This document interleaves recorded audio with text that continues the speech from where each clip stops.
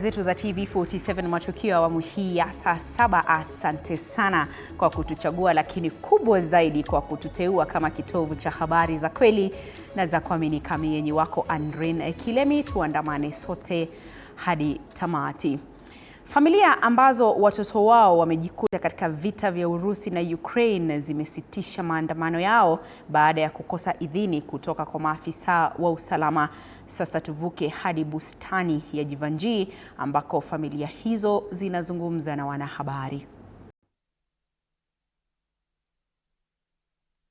As you can see, these are relatives of our sons and brothers held in Russia, or rather recruited in the Russian military. And I want to briefly read what we have here, probably before I also explain to you the few steps that we have taken in terms or in regards to ensuring that our kin to the country. So today, families of Kenyan nationals unlawfully the armed forces of Russia and those detained in prisons within Ukraine stand in unity, having submitted a formal petition to the Honorable Musalia Mudavadi, His Excellency Honorable Musalia Mudavadi, the Prime CS and CS Foreign and Diaspora Affairs, Dr. Alfred Mutua, CS Ministry of Labor and Social Protection, and their respective permanent secretaries, the National Assembly of Kenya and the Senate, that is the clerk of NA and the clerk of the Senate. The petition seeks to urgently have parliamentary oversight, comprehensive status reporting, enhanced consular access, and accelerated repatriation efforts.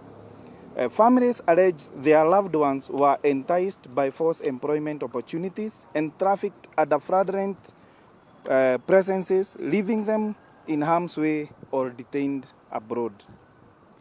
In parliamentary proceedings yesterday, the majority leader, Honorable Kimani Ichung'wah, confirmed intelligence reports presented to the House identify a network of rogue recruitment agencies colluding officials facilitating this recruitment pipeline.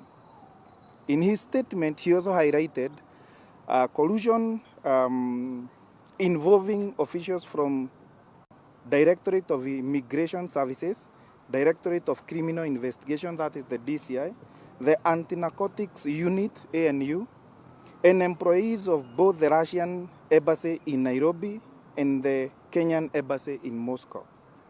These networks indeed promised high salaries, bonuses, even Russian citizenship to lure recruits, only for many to be redirected into military training, frontline deployment by force, and some at gunpoint.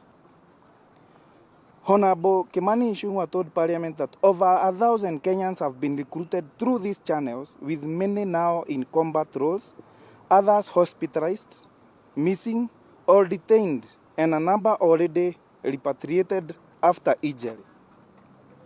It is worth noting that many of these people here have not spoken to their children for over 4 months now.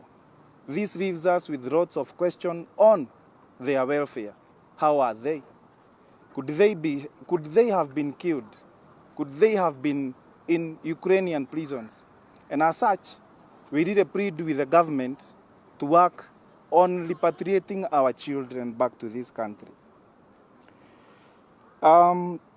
He retaliated the collusion of rogue agent state officials not only poses a grave threat to individual Kenyans, but undermines national security and Kenyans' diplomatic standing.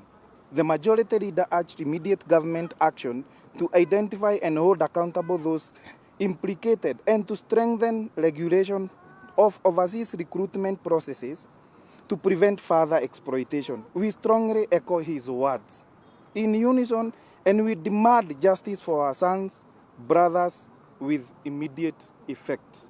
What the majority leader said yesterday is something that we want to strongly agree And we ask the government to work, because the report is there and it has been produced or it has been done by a credible institution in this country. Therefore, we really ask that the government works with a lot of speed to ensure that that report is implemented. We want our sons back to this nation. In response to these revelations, we, the petitioners, insist that Parliament and the government of Kenya intensify diplomatic engagement with foreign authorities, expand active consular support for detainees and the injured, and pursue criminal investigations against the syndicates and complicit officials. We emphasize the urgent need for transparent, structured repatriation plans, systematic reforms to ensure Kenyans are not exposed to exploitation and the fraudulent recruitment schemes. The families remain committed to collaborating with state institutions and the civil society in seeking justice and safe return for all the affected nationals.